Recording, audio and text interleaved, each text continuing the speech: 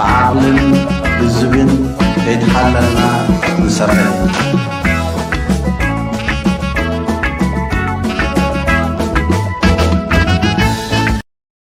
ሰላም ክብራትና ክብራን የቀንዴል ቲዩብ ተከታታዮቻችን እንደምን አደራችሁ እንደምን አመሻችሁ እንደምን ዋላችሁ ሰላማችሁ በያላችሁበት ይብዛ። ዛሬ አዲስ እንግዳ እየላችሁ ቀርብ ያለውኝ እንግዳዬ አቶ ጴጥሮስ ርሶም ሰለሞን ይባላሉ።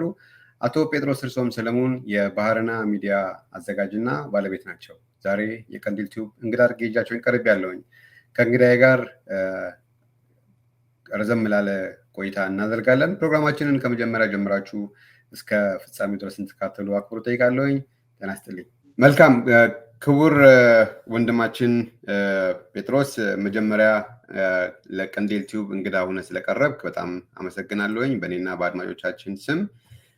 እስኪ ለፕሮግራማችን ግብአት እንዲሆነን አቶ ጴጥሮስ ማን ናቸው የሚለውን ነገር እንጀምርና ትንሽ ስለርሱ ቢገልጹልን።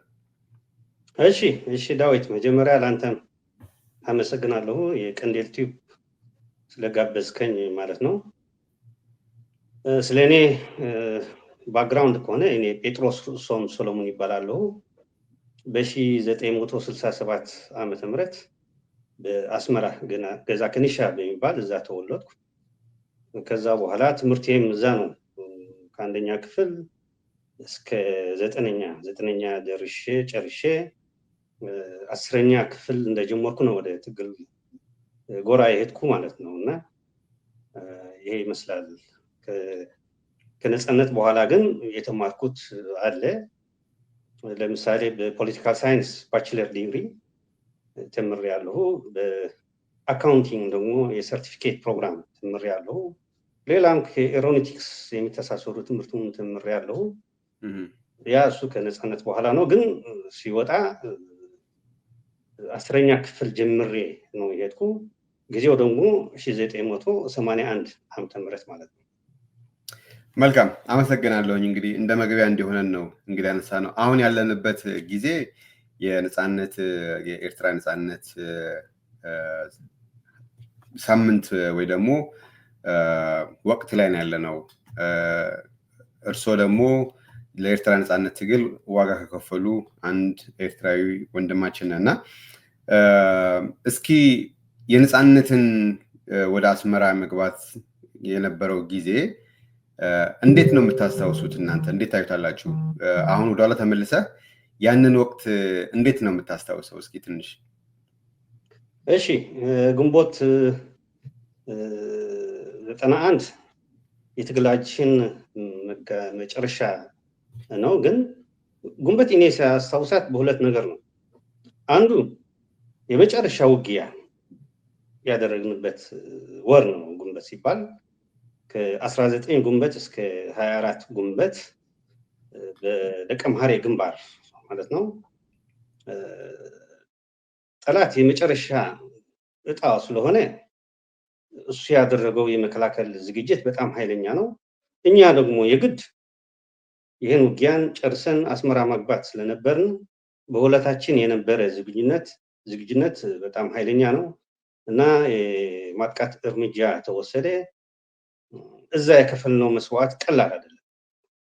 በግንቦት የከፈልነው መስዋዕት በጣም ከባድ ነው። ግን በመጨረሻው ደግሞ ግንቦት 24 የኤርትራ ነጻነት የመጣበት ቀን ነው እና እኛ አስመራ ስንገባ እኔ የተሰማኝ ደስታ ይህ ብዬ ሊገልጠው አልችልም። ግን የተፈራረቀ ነው። አንድ ደስታ የላቀ ነው እንደ ሁሉ ህዝብ፣ እንደ ሁሉ ታጋይ።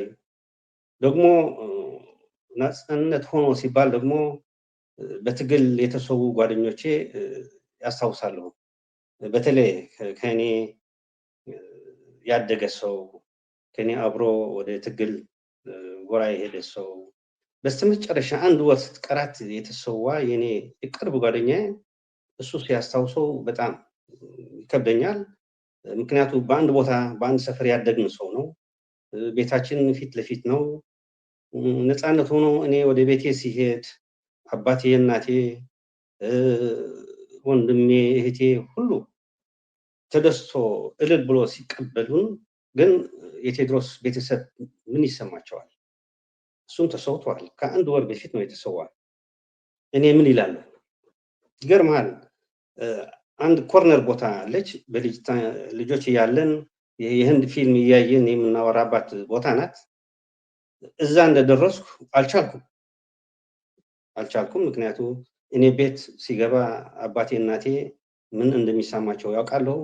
የሱ አባትና እናት መጥቶ ሲጠይቁኝ ምን እላቸዋለሁ ብዬ አንድ ትልቅ ጥያቄ በአእምሮ የመጣ ከበደኝ። ግን የግድ ነው ቤቴ የገባሁ። ወላጆቼ ተደሰቱ። የሱ ወላጅ ደግሞ መጥቶ ጠየቁኝ። ግን ሁሉ ጊዜ ምክንያት ነው የምታቀርብ እንዳለ ገልጬ ቀስ ብሎ ይመጣል ብዬ ነገርኳቸውና ነፃነት ሲባል ደስታ ነው። ደስታ በዛን ጊዜ የነበረው የደስታ መግለጫ ይሄ ብዬ መግለጽ አልችልም። ግን ታጋዮች እያንዳንዱ ታጋይ ግን በውስጡ የኔ ተመሳሳይ ጥያቄ ነበረው። ነፃነት ሆኖ እኛ ስንደሰት ግን በውስጣችን ሌላ ነገር ነበረና ያ ችግር ነበረብን ትንሽ በማለት ካልሆነ እኔ ደስተኛ ነው። ምክንያቱም አላመንኩም እንደ አስመራ ገባን ብዬ ማመን አቅቶኝ ነበር። ግን ሁሉ ህዝብ ወጥቶ ሲደሰት ሲያይ አይ አሁን ነፃነት ሆኗል አልኩ ማለት ነው። መልካም። እስኪ እንዴት ነበረ የህዝቡ የሚቀበላቸው የነበረው ያኔ? በእርግጥ አንዳንድ ቪዲዮዎች የምናያቸው አሉ። እናቶች፣ ወጣቶች፣ አዛውንቶች መተው እልል ሲሉ ታጋዮችን ሲስሟቸው፣ አንዳንዶቹ መሬት ተደፍተው ሲሳለሙ የምናየው ነገር አለ እና እስኪ እንደው ትንሽ እሱ ላይም ትውስታው እንዴት ነበረ? አዎ ህዝቡማ ግልብጥ ብሎ ነው ይወጣ። የተዘጋ ቤትም የለም እንዳለ ነው ሁሉ ይወጣ። አሁን ለምን ስትለኝ 30 ዓመት ቀላል ነገር አይደለም። 30 ዓመት ህዝባችን እየተጨፈጨፈ እየተረገጠ የነበረበት ዓመታት ነው እና ከዚህ ከጠላት ነፃ ሆኖ ልጆቻቸው ድል ቀንቷቸው ሲገቡ ህዝቡ መደሰት ግዴታ ነው እና ህዝቡ መቼም እኔ ህዝቡ ቪዲዮ ስላለ ይህ መግለጥ ለእኔም ያስቸግረኛል። ግን ህዝባችን በቃ ደስታው መቆጣጠር አልቻለም። ያ የትግላችን ውጤት ስለሆነ ደግሞ የመጨረሻ በመሆኑ ህዝባችን ደስታው ከፍተኛ ነው ነበር። መልካም። እስኪ ወደ ፕሮግራማችን እስኪ እንግባ።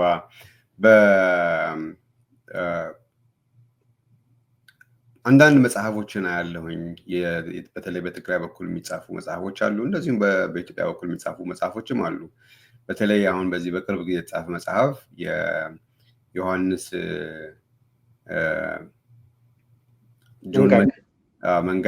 ጆን መንጋግ የሚባል የጻፈው መጽሐፍ አለ። እንደዚሁም ሌሎች የታደሰ ወረደም ከዚህ በፊት የተናገረው ነገር ነበረ ስለ ሻድሻ ወራር የምንለው እኛ ወይ ደግሞ የቀይ ኮከብ ዘመቻ ተብሎ የሚጠራው በኢትዮጵያ። እርሲ ያንን ጊዜ ወደኋላ ተመልሰው ቲፒኤልኤፍን በወቅቱ ህወሓት እንዴት ነው የሚያውቋት? የት ነው የሚያውቋት? ቲፒኤልኤፍ እንዴት ነው የሚያውቋት? በዛን ወቅት ወደኋላ ተመልሰው ማለት ነው። እሺ እኔ እንዳልኩት በ1981 ነው ወደ ትግል ጎራ ሄድኩ እና ወያኔ እኔ የሚያውቃቸው ቀይ ኮከብ ዘመቻ በነበረበት ጊዜ ነው። ቀይ ኮከብ ዘመቻ ስንል ደግሞ ትንሽ አጠር ሊገልጠው እፈልጋለሁ። አስቀድመን 5 ወረራዎች ደርግ ተካሂደዋል። እኛም ተከላከልን ብቻ ሳይሆን በድል ነው የጨረስነው። ደርግም ስለተሸነፈ መሸነፉ አልተቀበለውም። ግን እንደ ወታደር ግምገማ አድርገው ለየት ያለ ዝግጅት ማድረግ እንዳለባቸው ተስማምተው ከ1980 እስከ 1982 ለ2 ዓመት ዝግጅት አድርገዋል እና የደርግ ጄኔራሎች ስትል ቀላል ሰዎች አይደሉም። የተማሩ ነው። በውጊያ ትልቅ እውቀት ያላቸው ሰዎች ናቸው። ደግሞ የሶቪየት ጄኔራሎችም አሉ።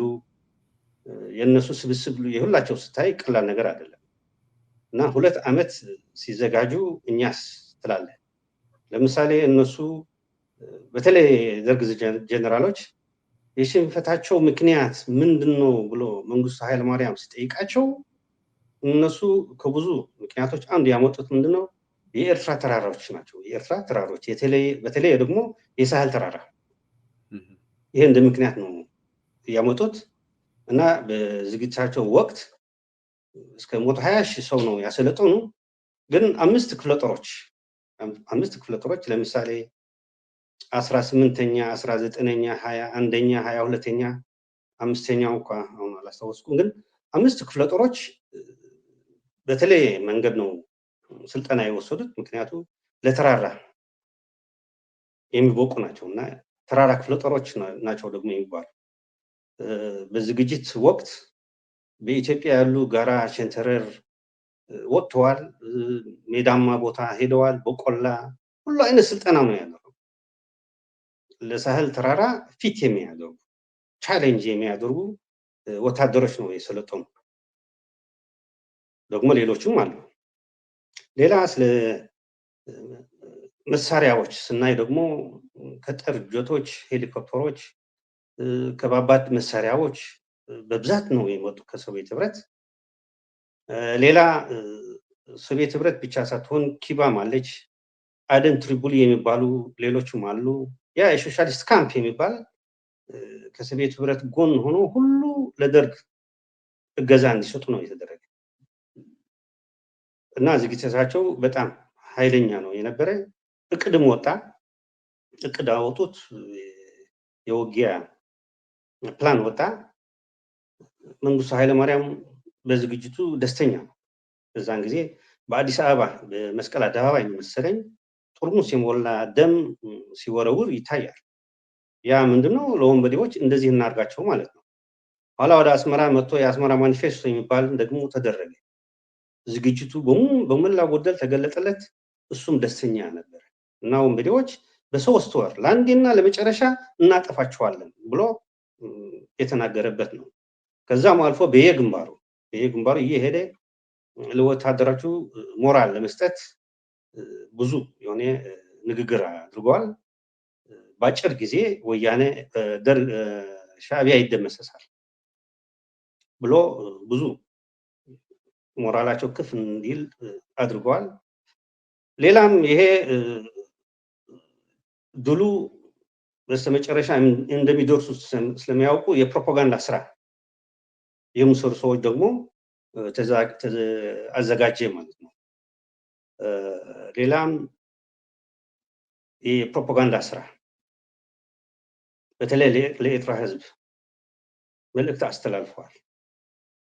ልጆቻችሁ ወንበዴ ማለት ነው በ3 ወር ለአንዴና ለመጨረሻ ይጠፋሉ ብሎ ተማምኖ ያደረገበት ወራት ነው የነበረ። ድሮ 3 ግንባሮች ነበሩ ኤርትራ በሳህል። አንዱ የሰሜናዊ ሳህል የምንለው ነው። ሁለተኛ የናቅፋ ግንባር ነው። ሶስተኛ ደግሞ የሃልሃል ግንባር። እነዚህ ቋሚ መስመር የኛ ናቸው። ይህ ወራር ሲመጣ ግን ጠቅላላ 5 ግንባሮች ነው የሆኑ። አንዱ መካከለኛ ግንባር የሚባል ተጨመረ። በናቅፋ ግንባርና በግንባር ምብራቅ ሰሜን ሳህል የምንለው በሱ መካከል የሚገኝ አለ።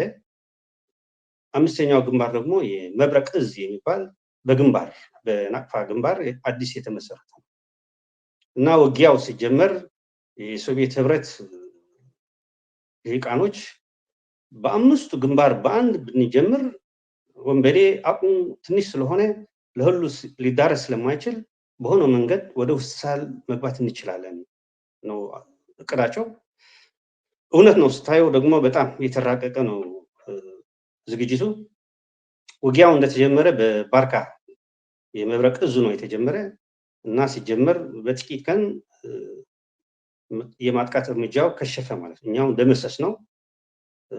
በዛ ግንባር መሪ የነበረ አንድ ጀነራል ለጊዜው ስሙ ረሳሁት እንጂ እሱም በአንተ ጥፋት ነው ተብሎ በወታደሮቹ ፊት ተረሸነ እና 6ኛ ወራር ሲጀመር ጀነራል መረሸን ነው የተጀመረ። ከዛ እዛ የነበረ ሰራዊት የደርግ ሰራዊት ወደ ሌላ ግንባር ሄደ። እኛ ደግሞ ወደ ሳህል ተመለስ። እዚህ ስንዋጋ የሆነ የወያኔ ወታደር ከኛ ጎን አልነበረም። እዚህ የምብራቅ እዝ የሚባል የባርካ ግንባር የሆነ የወያኔ ታጋይ ከኛ ጎን አልነበረም። እኔም እንደ ታጋይ የወያኔ ታጋዮች ከኛ ይዋጋሉ የሚል እውቀት አልነበረኝም። ከዛ ወደ ሰሜናዊ ምብራቅ ሳህል ተመለስት። ያው መካከለኛ ግንባር የምንለው ነው ወይም ደግሞ የደብአት ግንባር ነው ብለን ነው የምንጠራው። በዛ የሆነ ሰራዊት የህዝባዊ ግንባር አልነበረ እና የደርግ ሰራዊት ወደፊት ነው ወደፊት እየገሰገሰ ሄደ። ዋነኛው ዓላማ ምንድን ነው? አንድ መንገድ አለች የናቅፋ ግንባር ከደጀን የምታገናኝ ይህ ሐመዲ በላይ የሚባል አፍጨዋይ አድርጎ ወደ ወጀባ የሚገባ አንድ መንገድ ነበረ። ይህ መንገድ ከተዘጋ የናቅፋ ግንባር ከደጀን የሆነ ግንኙነት ስለሌለበት በቀላሉ ናቅፋ እንይዛለን ብሎ ነው ያሰቡት። እቅዱ ደግሞ በጣም ጥሩ እቅድ ነው የነበረ።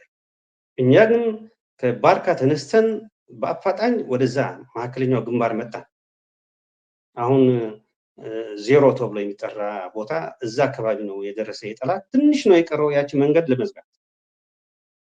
እኛ ግን የመልሶ ማጥቃት እርምጃ በመውሰድ እሱ እያፈገፈገ እኛ እያጠቃን ወደ ባህር ነው ያደረስነው እና በዚህ ቦታ ስናካሄድ ውጊያ ደግሞ የሆነ እኔ የወያኔ ሰራዊት አላየሁ እና ስድስተኛ ወረራ ከከሸፈ የኮከብ ዘመቻ ማለት ነው ከከሸፈ በኋላ የቋም ምሽግ መስራት ጀመርን።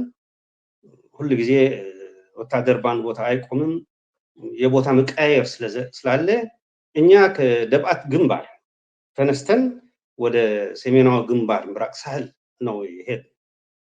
አሁን እኔ የነበርኩት ብርጌድ 23ኛ ብርጌድ ነው፣ 3ኛ ሻለቃ 31ኛ ኃይል ወይ ሻምበል ማለት ነው እኔ የነበርኩት እና ከደብአት ግንባር ተነስተን ወደዚህ ግንባር ከሄድን እዛ የነበረ የኛ ወገን ሰራዊት ደግሞ 31ኛ ብርጌድ ነው የሚባለው እና 31ኛው ብርጌድ ከዛ ምሽግ ወጥቶ ወደ ሌላ ቦታ ሄደና ያ ምሽግ እኛ ነው የተረከብነው። ግን 31ኛው ብርጌድ ያ ምሽግ ሲያስረክበን ምሽጉ ብቻ ሳይሆን የወያኔ ታጋዮች ከ31ኛ ብርጌድ የነበሩ እኛ ነው የተረከብናቸው እና ለመጀመሪያ ጊዜ ያየኋቸው እኔ በዛ ጊዜ ነው።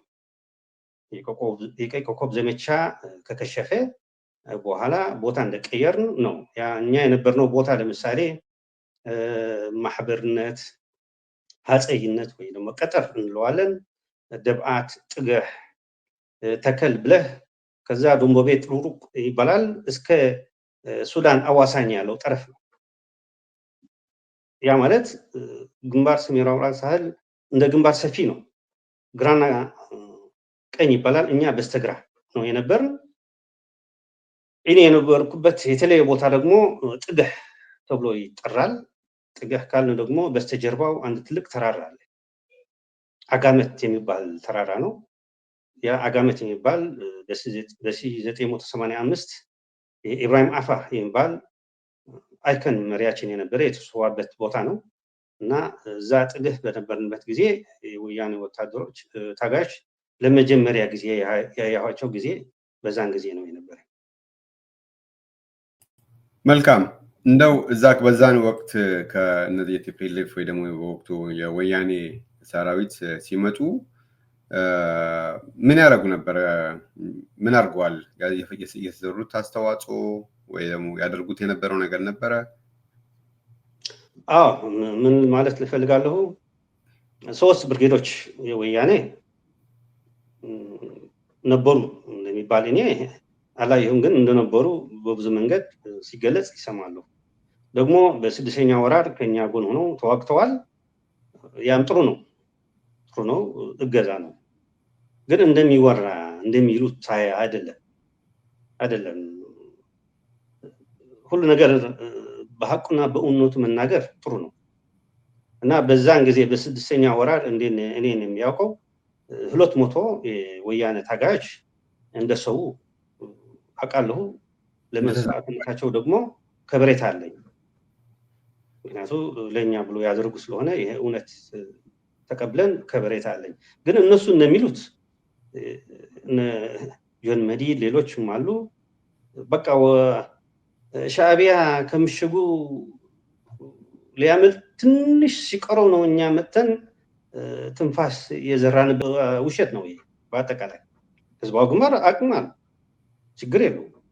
ግን መተጋገዝ ደግሞ ያለ ስለሆነ እዛ መጥቶ መተጋገዛቸው ጥሩ ነውና የእነሱ ፕሮፓጋንዳ ግን የነበረ እውነት ሳይሆን አንድ ችግር አላቸው እነሱ። ይሄ የበታችነት ስሜት የሚባል ነገር አለ። ይህች ህመም በጣም መጥፎ ህመም ናት እና ራሳቸው ትልቅ ለማድረግ ለህዝባዊ ግንባር ማሳነስ እንደ ስራ ነው የሚይዙት። ወይም ደግሞ የህዝባዊ ግንባር ታሪክ መበላሸት ለነሱ ከፍታ ስለሚሰጣቸው ሁሉ ጊዜ ታሪካችን በመጠምዘዝ ነው እነሱ የሚያወሩትና ነበሩ አበርክተዋል። ግን አቅማቸው ደግሞ ከሚናገሩት ሳይሆን ትንሽ ነው። እነሱ ስንት መስዋዕት ሲባል ጆን መዲድ መንጋግ የሚለው ይገርማል። ሌሎችም የሚሉት ብዙ ሺህ እንደተሰዉ ነው። ያ ሺህ እኛም እንደዚያ ያህል መስዋዕት አልነበረንም እና 200 ታጋዮች እንደተሰዉ ግን አውቃለሁ። ይሄ ነው እውነቱ ማለት ነው። እና እኛ አቅም ነበረን ሁሉ ነገር። መተጋገዛቸው ግን እንደሌላ መቁጠር የለበትም። እና አቅማቸው በኋላ ይገልጻለሁ። ምን አይነት ታጋዮች አቅማቸው ስምን ነው ደግሞ መናገር እፈልጋለሁ። እመጣበታለን እሱን። እንደውም ጆን መዲድ የተናገረው ነገር ምንድነው? ወደ 300,000 የሚሆኑ የትግራይ ወይ ደግሞ የወያኔ ሰራዊት ወደ ኤርትራ እንዲሄዱ ነው የሚናገረው። በዛን ወቅት 300,000 የሚሆን የትግራይ ህዝብ ነበረው የሚለው ራሱ አንድ ነው የሚሆነው እና 300,000 የሚያክል ሰራዊት በዛን ሰዓት ከደርግ ሰራዊት ጋር የሚዋጋ የትግራይን ብቻ የነበረ ብሎ ለኢትዮጵያ ህዝብ መናገር ማለት ያው የኢትዮጵያ ህዝብ ላይ መሳለቅ ነው የሚሆነው። በእርግጥ ግን ያው ይህንን አምነው የሚሄዱ ደግሞ ግለሰቦች አሉ። ያው ለነሱ ምንተውላቸው ነው። እስኪ ወደሚቀጥለው ጥያቄ ልጨምርልህ። እዛ ልጨምርልህ። መጀመሪያ 2 ብርጌድ ነው የሞቱ። 3ኛው ብርጌድ ከየት መጣ ካልከኝ እዛ ሀስታ የሚባል ቦታ አለ፣ የማሰልጠኛ ቦታ ነው። ከ2,000 3,000 የሚሆኑ የወያኔ ታጋዮች እዛ ይሰለጡን ነበር። ያ 3ኛ ብርጌድ የተባለ ከዛ የተውጣጣ ነው። አንድ ደግሞ ማወቅ ያለብን ምንድነው፣ እኛ ማሰልጠን ብቻ ሳይሆን ትጥቅም እንሰጣቸዋለን። ያ ትጥቅ ከየት የመጣ ነው ካልከኝ ደግሞ መስዋዕት ከፍለን ያመጣ ነው ትጥቅ። ክላሽኑ፣ ቡምባ፣ ሁሉ ትጥቅ የህዝባዊ ግንባር ታጋዮች መስዋዕት ከፍለው ያመጡት እንዳለ ነው የሚሰጣቸው። ማሰልጠን ብቻ አይደለም፣ ሰልጥኖ ዝም ብሎ አይደለም የሚሄድ፣ ትጥቅም ታጥቆ ነው የሚሄድ እና በዚህ ሀስታግም ማሰልጠኛ ቦታ ከ2,000 እስከ 3,000 በአይኔ ስለማውቃቸው ነበሩ እዛ።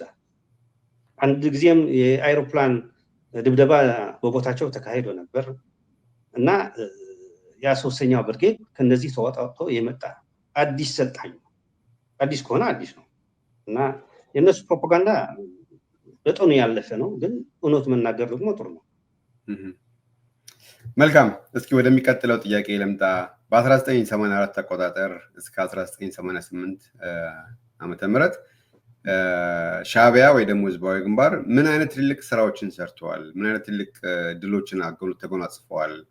ወያኔስ በዛን ሰዓት ምን አይነት ስራዎች ወይ ደግሞ በምን አይነት ሁኔታ ነበረች ወያኔ? እሺ ዴቭ፣ ግን እዛ ከመሄዴ በፊት እኔስ እንዴት ነው የሚያውቃቸው ወያኔዎች? ያ ቦታ ቀይረን አላልኩም? እንደ ቀየርን እስኪ ምን አይነት ስራ እኛ ሰራን ደግሞ ትንሽ ማውራት ፈልጋለሁ። እዛ ግንባር እንደተቀየርን 31ኛ ብርጌድ የኛ ማለት ነው ካስረከብን በኋላ ለኛ የሻዕቢያ ታጋዮች ስብሰባ ተደረገ እና መሪያችን በዛ ጊዜ ሙሴ ዘካሪያስ ነው የሚባል ተሰጥቷል እና መግለጫ ያደረገልን ያለን ምንድነው፣ አሁን ትልቅ ስራ አለን። ስራው የቤት ስራው ምንድነው? እነዚህ ታጋዮች ማሰልጠን ነው። አንዱ ምንድነው፣ መጀመሪያ ወያኔ ደጀን የሚባል ነገር የለበትም። እኛ ደጀን ስላለን ብዙ ስራ እንሰራለን። ወያኔ ግን ደጀን የሚባል የለውም። ምክንያቱም ሁሉ ጊዜ የደፈጣ ውጊያ ነው የሚያካሂድ። በዛ መንገድ ደግሞ ብዙ ስራ ሊሰራ አይችልም እና የግድ ደጀን መኖር ስላለበት እነዚህ የመጡ 3 ብርጌዶች ስለ ቋሚ ምሽግ አሰራር አናኗር ማወቅ አለባቸው እና ምሽግ እንዴት እንደሚሰራ አይተዋል።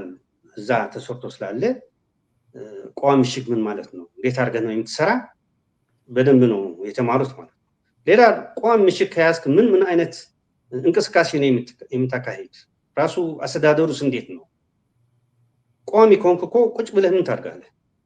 እኛ ቁጭ አንልም፣ ብዙ ስራ ነው የምንሰራ። ያ ስራውን ደግሞ መለማመድ ማወቅ አለባቸው። እና ለምሳሌ ቋሚ ምሽግ ከሆነ በ6 ሰዓት ጠዋት ተነስተህ ምን ነው የምታደርግ? ዘበኛ የመሆን ዘበኛ ይሆናል። ውሃ የሚያመጣ ውሃ ያመጣል። ምግብ የሚሰራ ምግብ ይሰራል። ሌሎችስ ምን ነው የምታደርግ? ስራ አለን። ሁልጊዜ ሰላም አይደለም፣ ግን ተዛማጅ ሰላም ይባል አለ። በዚህ ወቅት እኛ ደግሞ ምን እንሰራለን? ፖለቲካውና አካዳሚያዊ እና ባህላዊ ስራዎች ነው የምንሰራኛ እና እንደ ሆምወርክ የተሰጠን ማለት የቤት ስራ ለነሱ ፖለቲካ ማስተማር፣ የአካዳሚ ትምህርት ማስተማር ዋነኛ ስራ ነው። ይሄ ነው ያደረግን። ለምሳሌ በእኛ አንደኛ ሁለተኛ ያደረሱ በቁጥር ጥቂት ነው። ልዩነቱ ምን ነው? የኤርትራ ህዝብ ስታየው መስፍነ ርዕሰ ማላዊ ነው የምንለው። የተማረ ሰው ብዙ አለ። በእኛ ኃይል በእኛ ሻምበል ለምሳሌ 12ኛ የደረሰ 10ኛ የደረሰ 9ኛ የደረሰ ብዙ ሰው ነው። ከአሜሪካ የመጡም ከኛ ነው እና የተማረ ኃይል አለ እና ያልተማረ ሲመጣ ቶሎ ብለን ነው የምናስተምረው። የወያኔ የመጡ ታጋዮች ታያቸው ግን በትግራይ በደረጃው ስናየው መስፍናዊ ህብረተሰብ ነው። ብዙ ትምህርት ቤት የለም። ስለሌለ ደግሞ ብዙ የተማረ ሰው ልትጠብቅ አትችልም። ለምሳሌ በእኛ የመጣ ለምሳሌ የሻለቃው አዛዥ ሻምበል ይባላል። ኒክኔም ስሙ ልክ አላውቀውም፣ ግን ሻምበል ተብሎ ነው። ኒክኔም በአማርኛ ምን ነው የሚባል? እኛ ሳጓ እንለዋለን። ሻምበል ነው የሚባል። ቅጽል ስም ይባላል። ኦኬ ሻምበል ይባላል። እሱ 10ኛ ደርሰዋል። ከዛ ደግሞ የሻምበሉ መሪ ገብሩ ይባላል። ገብሩ 2ኛ ክፍል ነው የሻምበሉ መሪ። የገብሩ ኦፕሬተር ደግሞ መብራቱ ነው ስሙ። የቅጽል ስሙ ደግሞ ሴኮ ይባላል። ሴኮ ኦፕሬተር ነው፣ 3ኛ ክፍል የደረሰ ነው። ሌሎቹ ከዚህ በታች ነው በሙሉ። አብዛኞቹ 60 ከመቶ የሚጽፉ የሚያነቡ አይደሉም። ሌሎችም 1ኛ ክፍል የደረሱ ትንሽ ካልሆነ የተማረ ሰው የለም። እና የኛ ዘመቻ ለነሱ የአካዳሚ ትምህርት መማር ነው። እኛ አስተማሪዎች ብዙ ስላለን የአካዳሚ ትምህርት ለነሱ ለማስተማር የኛ ማለት ነው። የነሱ ለምሳሌ መሀይም ከሆነ ታስተምረዋለህ 1ኛ 2ኛ ከዛ የለም። መብራቱ ሴኮ ብቻ ነው 3ኛ ክፍል 3ኛ ገባ። የሻምበሉ መሪ ገብሩ 2ኛው ክፍል ነው። አልማርም አለ፣ እምቢ አለ። ምክንያቱ አስተሳሰባቸው መስፍናው ጠባብ ነው። ከታጋዮች ከተራ ሰዎች መማር ለሱ በጣም ውጥቀት ነው እና እምቢ ስላለ በቃ ተውት ተባለ። ሌሎች ግን ተማሩ 1ኛ የነበረው 2ኛ ሆነ፣ 2ኛ 3ኛ እያሉ አንዳንድ ደረጃ ከፍ ብለዋል። በዚህ ጎን ደግሞ የፖለቲካ ትምህርት ነበር። እኛ የምንማረው ፖለቲካ ስለ ፖለቲካ ኢኮኖሚ፣ ስለ ዓለም ነው የምንማረው። ይህ አይነት ትምህርት ስለነሱ በጣም ከባድ ነው፣ የማይሆን ነው እና ያን ትተን አንድ መጽሐፍ መጣች። ያቺ መጽሐፍ ሲቪላይዜሽን ነው የምትባል። ይዞታ ደግሞ ምንድነው? የህብረተሰቡ አመጣጥና እድገት የሚገልጽ መጽሐፍ ነው። ከፕሪሚቲቭ ሶሳይቲ ወይ ደግሞ ከጋሪዮስ ስርዓት፣ የጋሪዮስ ስርዓት አለ፣ ከዛ የባሪያ ስርዓት፣ ከዛ መስፍናው ስርዓት፣ ከዛ ካፒታሊስት ሲስተም የምንል ይቺ ናት። ይቺ መማር አለባቸው። ይህ መነሻ የፖለቲካ መነሻ ነው። አመጣጣችን ማወቅ አለብን ስለተባለ ይቺ መጽሐፍ ይማራሉ። እኛ ይቺ መጽሐፍ ድሮ ተምረን ሌላ ደርሰናል። አሁን ግን ሁሉ ትተን በቃ ያ ትምህርቱ እንዲፋፋም በመልስና ጥያቄ ጥሩ ግንዛቤ እነሱን እንዲያገኙ አብረን ነው የምንማር ተብሎ ተገልጽተናል። በዛ መንገድ አብረን ነው የተማርነው። እኛ እንጠይቃለን፣ ሌላ መልስ ይሰጣል። ትምህርቱ እንዲፋፋም ተብሎ እና ይህቺም ደግሞ እንደ መነሻ የፖለቲካ ትምህርት ተማሩ። አካዳሚ ትምህርት ሌላ ችግር ምን ነበረ? እንዳመጣጥን ነው። እኔ መሰለህ እኛ ኤርትራ ሰዎች ከየት ነው የመጣን ካልከኝ፣ ያም ያልተማረ ህብረተሰባችን የምንለው ደግሞ ብዙ የማያውቅ ነው፣ ብዙ እውቀት ያለው ነው እና የተማረ ከሁሉ ህብረተሰብ ተውጣጥን በአንድ መንገድ ነው የምንሄድ። እና የትስስራችን ችግር የለም። እኛ ስለ ወንድና ሴት የሚባል ነገር አብረን ነው የምንኖር፣ አብረን ነው የምንተኛ፣ አብረን ነው ሁሉ ነገር። በእነሱ ግን ወንድና ሴት እኩል ቁጭ ማለት መጥፎ ነው። ወንድና ሴት በእኛ እንጫወታለን። ወንድ የሴት እጅ ጠማዝዞ ምናምን ያለ ጨዋታ ነው። እንደዛ ስታድግ ቢያዩህ ይደነግጣሉ። አይናቸው ጨፍነው ነው የሚሮጡ እና ያ የመጣ ስለምን ነው ካልከኝ አስተደጋጋቸው ነው። መስፍናዊ ህብረተሰብ ነው። ስለሆነ ሴት እና ወንድ የሚባል ርቀት አለው። ይህን መለማመድ ደግሞ ግድ ነው እና ቀስ በቀስ ግን በዛ ፖለቲካ እየተማሩ በዛ አካዳሚ እየተማሩ በዛ የኛ እንቅስቃሴ እያዩ ብዙ ለውጥ ነው ያየኛ። ተደሰት እነሱም ደስተኛ ናቸው። መጀመሪያ ታጋዮች በጣም ምስኪኖች ናቸው። የሚያውቁት ምንም ነገር የለም እና ሁሉ ነገር ስታስተምራቸው በደስታ ነው የሚቀበሉት። ያ መሆናቸው እኛም ደስተኞች ነን። በኋላ ግን አንድ ችግር መጣ። ይሄ ሰዎች አሁን 1:5 ተብሎ የሚነገር አለ። 1:5 ከድሮ የነበረ ነው፣ እኔ የሚያውቀው ማለት ነው። ያ ገብሩ የሻምበል መሪ ከሱ በላይ ያሉ ይሄ ለውጥ መምጣቱ ደስተኞች አይደሉም። በጠቅላላ ደስተኞች አልነበሩም እና ያ 1:5 ስራ መጣ። እኛ በአካሄዳችን ሁሉ ጊዜ የሆነ ታጋይ ሽንት ቤት ምናምን ስትሄድ ኖርማል ነው። ግን ወደ ሌላ ጋንታ ምናምን ስትሄድ ሁሉ ጊዜ ጓድ መሪ ስላለ ለሱ አስፈቅደህ ነው የምትሄድ። በኋላ ግን ከየጋንታ ሁለት ሰዎች ነበሩ እና ሀጎስ፣ በርሂው፣ ኃይለ ሚካኤል ምናምን የሚባሉ 6 ሰዎች ነበሩ። እነዚህ ሰዎች ልዩ የሆነ እንቅስቃሴ ጀመሩ። ምን ማለት ነው ልዩ እንቅስቃሴ? እኔ እንደ ተራ ወታደር ሁሉ ጊዜ አስፈቅጄ ነው የሚሄድ። እነሱን ሳያስፈቅዱ በቀጥታ ወደ ገብሩ የሻምበሉ መሪ ወደ እሱ ነው የሚሄዱ። ይሄ በእኛ ጥሩ አይደለም። እንደዛ የሚባል አሰራር የለም። ሁሉ ጊዜ ጓድ መሪ ተራ ከሆንክ ከጓድ መሪ ነው ግንኙነት፣ ከዛ ውጭ የለም። የሆነ ልዩ የተለየ ነገር ካለህ ደግሞ ጓድ መሪ አስፈቅዶ ከጋንታ መሪ ልትጋኝ ትችላለህ። ግን ብዙ በእኛ እንደዛ የለም እና በቀጥታ ሳያስፈቅዱ ከሻምበሉ መሪ ገብሩ ግንኙነት ተጀመረ እና ለምን ነው ይሄ ተብሎ በእኛ ውስጥ መነጋገር ጀመር መሪዎቻችን። በኋላ ስናይ ለውጥ መጣ። ምን ማለት ነው? ይህ 6 ሰዎች በየቀኑ ለገብሩ ኢንፎርሜሽን ይሰጡታል። ምን አይነት ለውጥ እየመጣ ነው በታጋዮች ይሰጡታል። ከዛ ደግሞ ከገብሩ የሆነ ኢንፎርሜሽን ተቀብሎ ደግሞ ወደ ታች ወርዶ ለታጋዮች ኢንፎርሜሽኑ ይሰጣል። ከዛ ለውጥ መጣ። አደገኛ ደስ የማይል ይሄ ምንድነው? መጀመሪያ ዘበኛ የሌሊት ስታድር 1ኛ፣ 2ኛ፣ 3ኛ ብለህ ነው የሚነገር። እነሱ ግን ማጉረምረም ጀመሩ። ለምን እኔ 1ኛ ሆናለሁ? ለምን እኔ 4ኛ ሆናለሁ? ያልነበረ ጠባይ መጣ። ለምን እንደዚህ ሆነ የሚል ጥያቄ መጣ። ሁለተኛ ደግሞ ጀሪካን አለ። ጀሪካን ውሃ እናመጣበት። አንደኛው የ15 ሊትር ነው። ያቺ የ15 ሊትር እንደ አሰራሯ ለሴት ተመቺ ናት። ምክንያቱም ሴቶች ውሃ ሲያመጡ በወገባቸው ነው ገመድ አስረው ነው የሚያመጡ እና ያቺ 15 ሊትር ለነሱ ተመቺ ናት። ያቺ ሁለተኛ ጀሪካን ደግሞ የ20 ሊትር ናት። ቀጭን ናት። ለወንድ ተመቺ ናት። ምክንያቱም ወንድ በትከሻው ነው ተሸክሞ ውሃ የሚያመጣ። እኛ ሁሉ ጊዜ በሁሉ ህይወታችን እኔ 2 ጀሪካን አይነት ቢያገኝ ያቺ 20 ሊትር ነው የሚወስዳት እንደ ወንድ፣ ምክንያቱም በትከሻ ስለሚያመጣ። ለሴቱም ደግሞ ያቺ 15 ሊትር። አሁን ምን መጣ? ድሮ እንደዛ ነው ወንዶች የ20 ሊትር፣ ልጃገረዶች ደግሞ የ15 ሊትር ነው የነበረ። ኋላ ግን ተቀየረ። ወንዶች የ15 ሊትር ይዞ መውረድ ጀመሩ። ለምን? ተመች ደግሞ አይደለም። ለምን የሚል ጥያቄ መጣ።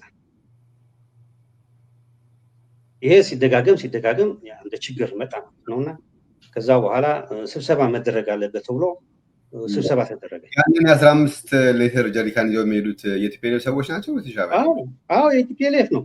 እንዴ እኛ የ20 ሊትር ነው ተመጪ 20 ሊትር ነው። እነሱ ሆን ብሎ ነው የሚደረግ። ይሄ ጭቅጭቅ እንዲነሳ ንትርክ እንዲነሳ ተብሎ የተደረገ ነው እና ስብሰባ ተደረገ። በሻምበል ደረጃ ስብሰባ ተደረገ። ያ ስብሰባ የሚመራ ሙሴ ዘካርያስ ነው። ደግሞ ሌላ ምን መጣ? የሻምበሉ መሪ ገብሩ ምን አደረገ? በፊቱ አንድ ጽሕፈት ቤት ነው የነበረች የሱና የሙሴ ዘካርያስ። በኋላ ግን ይህች አንድ ለአምስት ስትጀምር ግን ቦታ ቀየረ። እሱ የቀየረባት ምሽግ ደግሞ የዶሽካ ናት። ለዶሽካ ብላ የተሰራች እንጂ ለሱ ተመቼ አይደለችም። እና ወደዛ ሲቀይር ለምን ተባለ? ይሄ ለአንተ ተመቼ አይደለም፣ ይሄ ለዶሽካ ብሎ የተሰራ ነበር ጽሕፈት ቤት ስላልሆነ ለምን ተባለ? አይ እዛ ነው የሚሄድ አለ። እኛም ገርመን ለምን? እኔ ራሴ ኦፕሬተር ስለነበርኩ እዛ መሄድ ለሱ ጥሩ አይደለም እና አየነው። ደግሞ በምግብ ስንበላ ምሳና እራት ባንዴ ነው የምንበላ ነበር። ሁለቱ መሪዎች ኦፕሬተሮች ባንዴ ነው የምንበላ ነበር። ኋላ ግን እሱ ብቻዬ ነው የሚበላ ብሎ ደግሞ እዛ ዶሽካ ምሽግ ብቻውን ሆነ። ይሄ ደግሞ ስታየው ደስ አይልም። ኋላ ግን ችግሩ እየባሰ መጣ። የትግራይ ታጋዮች አላስፈላጊ ነገር ማድረግ ጀመሩ። ይሄ ስብሰባ እንደረጋለን። እኛ ጥያቄ ነበር፣ የሻዕቢያ ታጋዮች ጥያቄ ነበር። ለምን ነው እንደዚህ የሚሆነው? አላስፈላጊ የሆነ እንቅስቃሴ እየተደረገ ነው እና ይሄ መቋጫ መደረግ አለበት ተብሎ ጥያቄ ስለመጣ በኋላ በኃይል ሻምበል ደረጃ ስብሰባ ተደረገ። ኋላ ስብሰባ ሂስ ለሂስ የሚባል ነገር አለ አይደለም። ሂስ መጣና እጁ ያወጣ ገብሩ ይላል ለሻምበል። ገብሩ መጀመሪያ ስብሰባ ሲካሄድ ከሙሴ ዘካርያስ ጎን መቀመጥ ነበረበት። ቦታው እዛ ነው ስብሰባ ሲካሄድ ሻምበል መሪ ስለሆነ ያ ቦታ ትቶ ግን በመሃላችን ቁጭ አለ። ሙሴ ዘካርያስ እዚሁን ሲለው እምቢ አለ። ከዛ በኋላ ስብሰባ ተጀመረ ማለት ነው። የነበረ ሁሉ ተገለጠ። ከዛ ሂስ እንደተጀመረ ያ ያልኩ 6 ሰዎች ደግሞ እንደ ዘበኛ ከበቡት። ኋላ ሂስ ሲመጣ ሂሱ ለማን ለገብሩ ተብሎ ሲመጣ ምላሽ የሚሰጥ ገብሩ ሳይሆን ከ6ቱ አንድ ነው። ይሄ አስገራሚ ነገር ነው። ኋላ ሙሴ ዘካርያስ ላንተ አይመለከትም፣ ይሄ ሂስ ለገብሩ ነው፣ ገብሩ ነው መመለስ ያለበት ሲል ደግሞ ሌላ ንትርክ መጣ። ከዛ በኋላ ሙሴ ዘካርያስ ምን አደረገ መሰለ? ስብሰባ አቁሞ መግለጫ ሰጠ። ስለማን? ስለ ገብሩና 6 ሰዎች ምን ያደረጉ ምን እንደሰሩ በዝርዝር መግለጫ ሰጠ። ከዛ የወያነ ታጋዮች ገባቸው። እነሱም ኢዳቸው ማውጣት ጀመሩ። ለማን? ለገብሩ። ሰውየው ተደናገጠ። ግን ሂሱ አልተቀበለም፣ ግን ተነገረበት። ከዛው ስብሰባ ተጨረሰና ወደ አራግ ሄዱ። ለአጭር ጊዜ አራግ የሚባል ከኛ ጀርባ አለ። ወደዛ ሄዱና የተለያየ መግለጫ ተሰጣቸው። ፊልም ቪዲዮ ምናምን አዩ፣ ተደስተው ተመለሱብን። ሲመለሱ በሩጫ ነው አቅፎ የሳሙ። ናፈቁን። የመጀመሪያ ጥያቄያቸው ምንድናት? መቼ ነው አካዳሚ የምንጀምር? ምክንያቱም ተምረው ደስተኞች ናቸው በትምህርት እና እነሱ የሚፈልገው ቶሎ ብሎ የአካዳሚ ትምህርት እንዲጀምር ነው እና በማግስቱ ነው የጀመረ። በቃ ደስተኞች ሆኑ። ሁለት ክፍል ደረጃ ከፍ ብለው ነው የሚሄዱ። አንደኛው የነበረ 3ኛ ደርሰዋል። ሁለተኛ የነበረ 4ኛው ደርሰዋል። 3ኛ የነበረ ያቺ እሱ ሴኮ ነው። 5ኛ እሱም ደረሰ። በአስተያየታቸው ተቀይረዋል። ባህላቸውም ትንሽ ተቀይረዋል። ለአመጣጣቸው አይደለም ተቀይረዋል። የወንድና ሴት ምናምን የሚባል ሁሉ እርግፍ አድርጎ ነው የተዉትና ትግራይ ተመለሱ። ትግራይ እንዲሄዱ ጥሩ እድል እንዳላገጠማቸው ነው የሚወራ። ምክንያቱ ሻዕቢያ ሆኑ ተባሉ። ወያኔ በባህሪው መስፍናዊ አገዛዝ ነው ያለው። ያ የፖለቲካ መሪ መስፍናዊ አገዛዝ የሆነ ታጋይ በቁጣራቸው ስር አስተሳሰቡ፣ አካሄዱ ሁሉ ማወቅ አለባቸው እና ሻዕቢያ ሆኑ ከመጡ ለነሱ ችግር ነው። ምክንያቱም መጠየቅ ጀመሩ። መጠየቅ መጥፎ ነው ለወያኔ መጥፎ ስለሆነ ደስተኞች ስላልነበሩ እዛ ትግራይ እንደሄዱ ብትንት ነው ያለ የወጣው። ያ ምን ነው እንደ ሰራዊት በአንዴ አልቆሙ። እኛ ምን ነው ተውዚዕ ነው የምንለው፣ ግን በተለያዩ ምድቦች ተመድበው እንደቀሩ በዛ ጊዜ እነ ፊናርዋ ምናምን ይባሉ የጋንታ ምናምን ነበሩ። ብቻ ተራ ይሁን ኃላፊ የሻዕቢያ አካሄድ የተቀበለ ሰው ትግራይ እንደተመለሰ ኃላፊነቱ ዝቅ ይላል ወይ ደግሞ አይጨምርም። ከነሱ የሚስማማ አካሄድ ስለሌለበት ነው። ይሄ ሆኖ ሄዱ። ሁለተኛ ያያቸው ደግሞ በ1983 እኛ ስላሕታ ወራር የምንለው በደርግ አገላለጥ ደግሞ ሁለተኛው ቅጥያ የቀይ ኮከብ ዘመቻ የሚባል ነው። በስተመጨረሻ እኛ የመልሶ ማጥቃት አድርገን የመጨረሻውን ማጥቃት ለማድረግ እየተዘጋጀን መጡብን የወያኔ ታጋዮች። ተዘጋጅተናል እኮ ለመጥቃት እየሄድን መጡ እና የኛ ሻምበል መሪ በዛ ጊዜ ወደ ሐጂ ነው የሚባል ለሻለቃ መሪያችን ነገረው። ከኛ ተደባልቀው ልንዋጋ አንችል፣ እኛ ብቻችን እነሱ ብቻቸው ነው አለ። እሺ እንደፈለከው አልክ ተባለ። የኛ ሻምበል ደግሞ በክንፉ በመጨረሻ ነው የነበረች፣ ከኛ በኋላ የለም፣ በስተቀኝ ምንም ነገር የለም እና የዛ ጊዜ የሻምበል መሪ ጆን ነው የሚባለው፣ የወያኔው ታጋይ ጆን ይባላል። ህብረ ቀለሙ ጥቁር ነው ደግሞ በንፋስ ምናምን አለ አፋቸው የሚጠመዘዝ ያ ችግር ያለው ሰው ነው። ምስኪን ነው እንዳየሁት እና ወደ ሐጂ ነገረው፣ እኛ ወደ ውስጥ እንገባለን፣ እናንተ ግን በዚህ በጎናችን የሆነ ነገር እንዳይመጣ ጠብቁ ተብለው ነው እዛ የቀሩ። እኛ ተዋግተን ተመለስ፣ በቃ የሆነ ነገር አላደረጉም።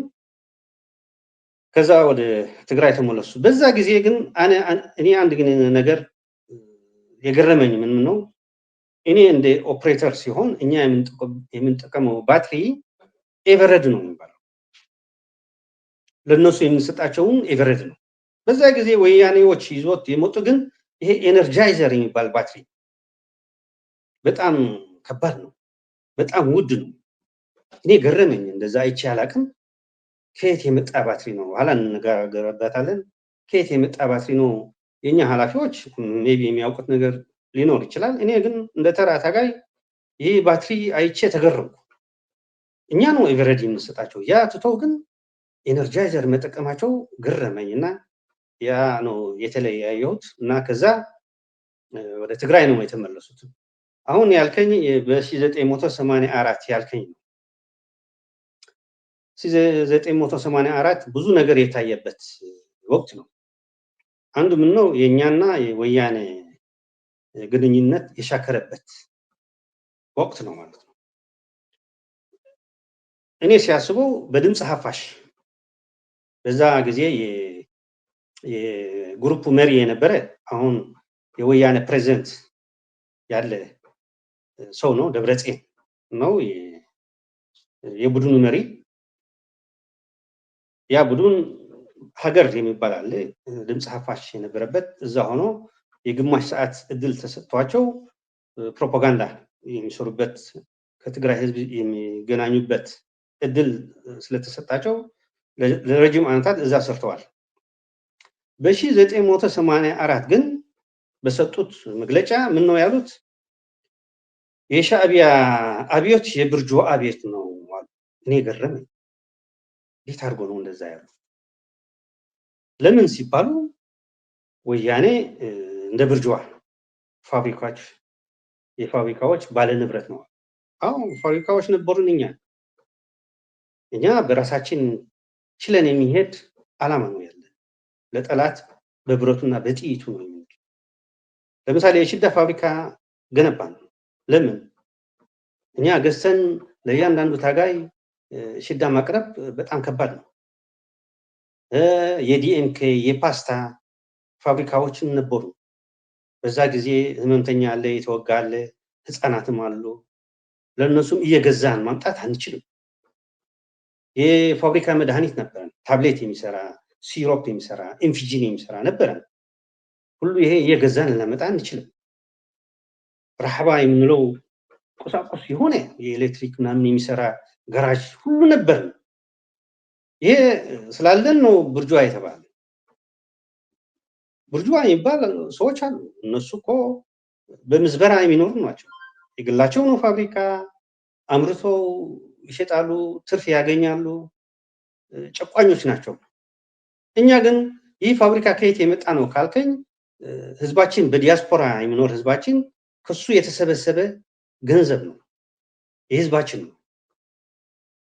ገዝተን አምጥተን አዘጋጀ ነው። ማን ነው እዛ የሚሰራ? ታጋይ። ምርቱስ ለማን ነው? ለታጋይ። ያ ነው ትርፉ። እና እየገዛን ማምጣት ስለማንችል ራሳችን ችለን ከሌላ ሳንጠብቅ ራሳችን መቻላችን ለወያኔ መጥፎ ነው። ምክንያቱም ወያኔ ምን አያውቅም። አልኩህ እኮ አስቀድሜ ቋሚ ምሽግ ለምን ነው የምናስተምራቸው? ወያኔ ደጀን እንዲኖረው፣ ደጀን ካለው ብዙ ስራ መስራት ስለሚችል ነው፣ እንደኛ ማለት ነው። እና ለምን ፖለቲካ ትምህርት ተማሩ? አስተሳሰባቸው እንዲቀየር።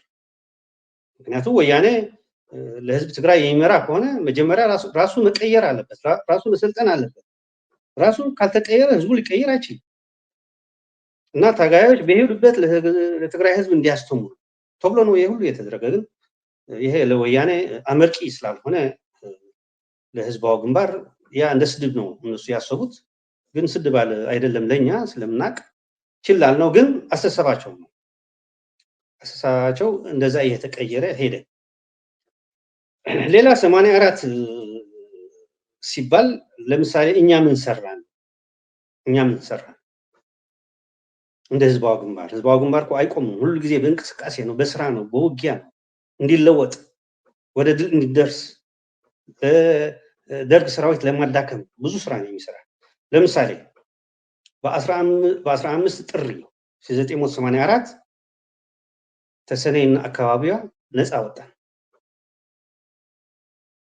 እዛ የነበረ የተከማቸ ቦምብና ጥይት በእጃችን ገባ። የተለያዩ ከባድ መሳሪያዎች እዛ ማድረግ ዋና ዓላማ እሱ ነው። የጥይትና የቦምባ ችግር ስለነበረብን 5 ዓመት እዛ የተቀመጠ ግምጃ ቤት ቦምብና የጥይት ስለነበረ ተሰነይ ተቆጣጠርን። ሁሉ በእጃችን አስገባን። ያቺ የማንሰራራት ጊዜ ለኛ በጣም በታሪካችን ከሰራ ነው አንድ ነው። ይሄ ካደረግን በኋላ ደግሞ አሁን ትጥቃችን ሞላ። የጥይትና የቦምባ ችግር የለንም እኛ። ከዛ በኋላ ከ19 እስከ 21 መጋቢት 1984 5 ዓመት እዛ የተቀመጠ የደርግ ሰራዊት አንድ ክንፍ አንድ ግንባር ውቃው እዝ የሚባል በአጠቃላይ ግንባሩ ደመሰስ ነው። ከዛ ያወጣ ያለ ወይ ሞት ነው ወይ የተማረከ ነው። በዛ የማረክነው ታንክ፣ መድፎች ምናምን ብዙ ነው እና ተቀየር ነው። ያ መድረክ ለኛ የለውጥ ጊዜ ነው። ሌላ የሰራነው ካልክ ደግሞ በ21 ግንቦት 1984 የኛ ኮማንዶ በአስመራ የጦር ኃይል ገብተው የ31 የጦር ጀቶች፣ ሄሊኮፕተሮች፣ አንቲኖቮች ያቃጠሉበት ዓመተ ምህረት ነው እና ህዝባዊ ግንባር ይህ መሰለ ታላላቅ ስራ ሰርተዋል። ሁሉ ጊዜ ደግሞ ያኛ ድሕሪ መስመር ፀላኢ ነው። ያ ደጋማ ቦታ በጠላት አጠራር የመክት እዝ ነው የሚባል ሁሉ ጊዜ እዛ ጥቃት እናደርጋለን ማለት ነው እና የቆምነው የለን። ግን በወያኔ ስትለኝ ወያኔ ምን አደረገ? 84 ከዛም ቀጥሎ ብታየው 84 እስከ 88 ለወያኔ የሃኒሙን ጊዜ ነው። የሃኒሙን ጊዜ አንድ ከኛ ተጣሉ። አስቀድሜ ያልኩህ አንድ ነገር አለች። ያቺ ኤነርጃይዘር የምትባል ባትሪ ከየት መጣች? ለእኔ አስገራሚ ነው በዛን ጊዜ፣ ግን አላወቅም። ምክንያቱ ሲአይኤ በሳዑዲያ መንገድ ለወያኔ ብዙ እገዛ አደረገ። የሚበላ የሚጠጣ ሁሉ ነገር። ያ ኤነርጃይዘር ከዛ የመጣ ነው፣ ከአሜሪካ የተሰጠው ነው። ምክንያቱም ወያኔ ብቻው ሊቆም አይችልም በምንም ተአምር። ትግሉ ሲጀመር እስከ አዲስ አበባ ሲገባ እናወራለን። ብቻው ቆሞ ሊሰራ አይችልም። አስቀድሞ ከኛ ነበር፣ ከኛ እየተጋገዘ ይሰራ ነበር። ከኛ እንደራቀ ደግሞ በቀጥታ ወደ አሜሪካ ይዞ የገባ እና አሜሪካ ደግሞ ሁሉ ፊኖ በል ሩዝ በል ባትሪ ያልተሰጠው ነገር የለም። አንድ ይሄ ነው። ሁለተኛ ይሄ ማለሊት የሚባል የተመሰረበት ጊዜ ነው። ማለሊት በውስጣቸው የጽዳት ፐርጅ ሲስተም ይባላል። ውስጣችን እናጽዳ የሚባል እርምጃ ነበረ። በዛ እርምጃ ብዙዎች ታጋዮች ተረፈቱ። እንደ ግደይ ዘርአጽዮን፣ እንደ አረጋዊ በርሄ የመሳሰሉ ብዙዎቹም ታሰሩ። ከታሰሩ በኋላ የት እንደገቡ አይታወቁም። ሌሎች ስልጣን የነበረባቸው ከስልጣናቸው ወረዱ። ይሄ ፐርጅ ሲስተም ውስጣችን የማጽዳት የሚባል ፕሮግራም ነበረ። ይህ ሁሉንም ምንድነው ማለሊት መጠናከር ይሰሩ ነበር ማለት ነው። ጎንዮሽ እዚህ ደግሞ 84 ሲባል እነሱ ሁል ጊዜ 77 የምትል ዓመተ ምህረት በተደጋጋሚ የሆነ የትግራይ ካድሬ የሚጠቅሳት ዓመተ ምህረት ነው። በዚህች ዓመት በ1984 እኔ ሁል ጊዜ የሚቆጥረው የጎርጎሪያን አቆጣጠር ነው። በቀን እንደ አፍሪካ ኃይለኛ ድርቅ ነበር። ያ ድርቅ ሶማሌ አይደለም፣ ኢትዮጵያ፣ ኤርትራ፣ ሱዳን በቃ ለሁላችን ነው የነበረ እና በዓለም ደረጃ ብዙ እርዳታ ወደዚህ አካባቢ መጣ። ለደርግ ተሰጠው፣ ለወያነ ተሰጠው፣ ለህዝባዊ ግንባር ተሰጠው። የኤርትራ ድርጅቶች የሚባሉ በሱዳን ነበሩ፣ ለነሱም ሳይቀር ተሰጠ።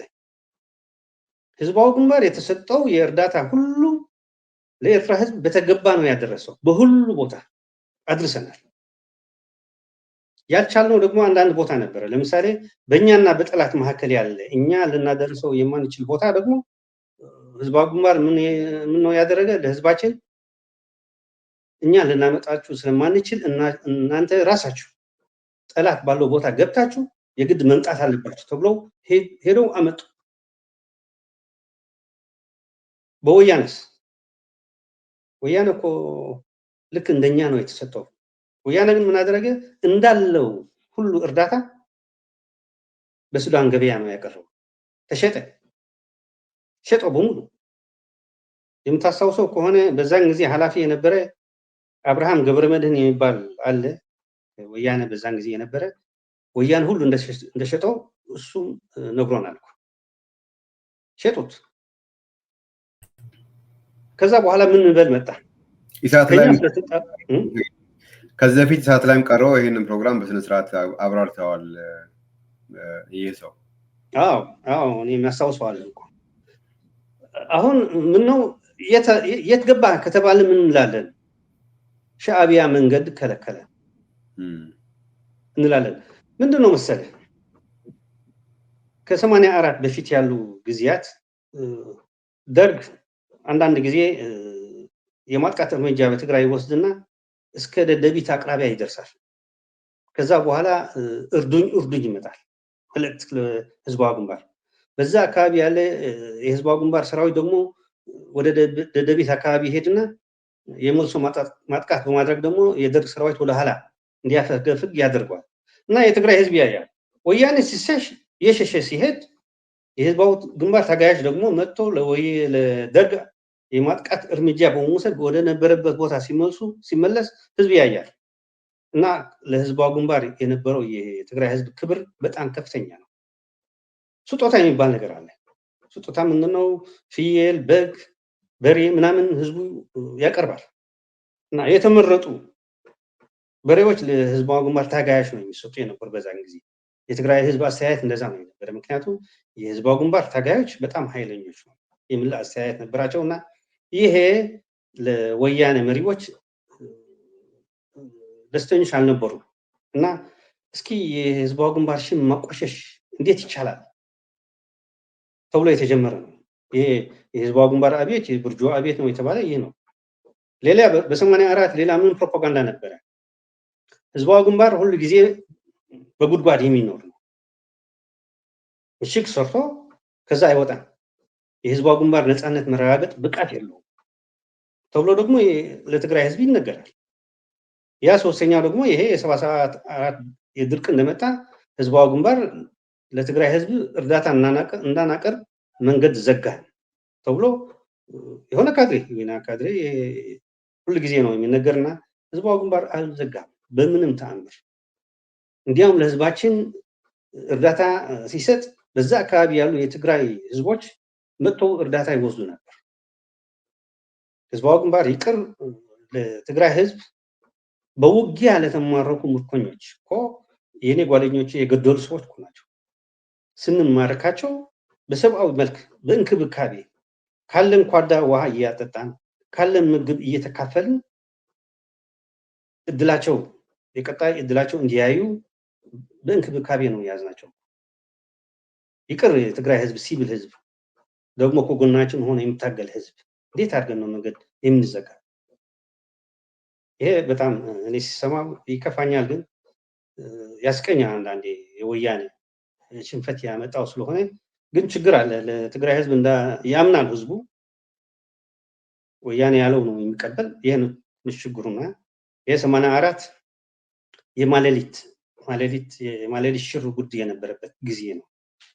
ከዛ ጊዜ የነበረ እስከ 88 ዓመተ ምህረት ዓመት በዓመት ስናየው ወያኔ የሚያደርገው የደፈጣ ውጊያ ነው።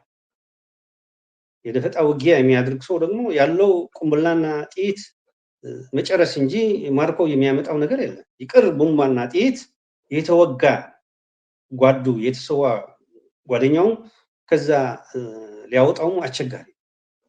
የደፈጣ ውጊያ ተኩሰ ምሮጥ መሸሽ ነው፣ ሌላ የለም።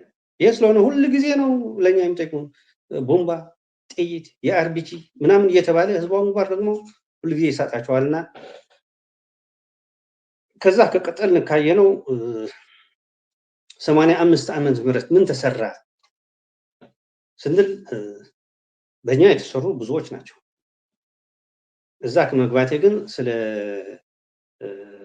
85 ትንሽ ማውራት ፈልጋለሁ። ይሄ ባዕከር የሚባል ቦታ አለ በትግራይ።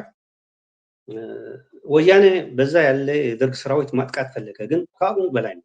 ምክንያቱ ያለ ማካናይዝድ ያ ውጊያ ሊካሄድ አይችልም እና ለህዝባው ግንባር ጠየቁት።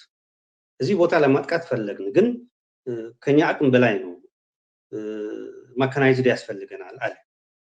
ህዝባው ግንባር ደግሞ እሺ አላቸው። ችግር የለም እኛ ዓላማችን ጠላት ማዳከም ነው። በሆነ ቦታ እኛ ተስማማን። የኛ መካናይዝድ እዛ ሄደ። ደግሞ አጋር ሰራዊት የምንላቸው የኛ 3 ሻለቃ ነበሩ። የከባድ መሳሪያ የኛ ነበረ። ውጊያው ከመጀመሩ በፊት ስምምነት ነበረን። ምንድነው? ከተጨረሸ የሚማረክ ነገር አለ። በመሳሪያ በተለይ በመሳሪያ ከባባድ መሳሪያዎች ለኛ እንዲሰጡን፣ ዱሽቃና ከሱ በታች ሁሉ ደግሞ ለወያኔ እንዲሰጥ ተግባባል።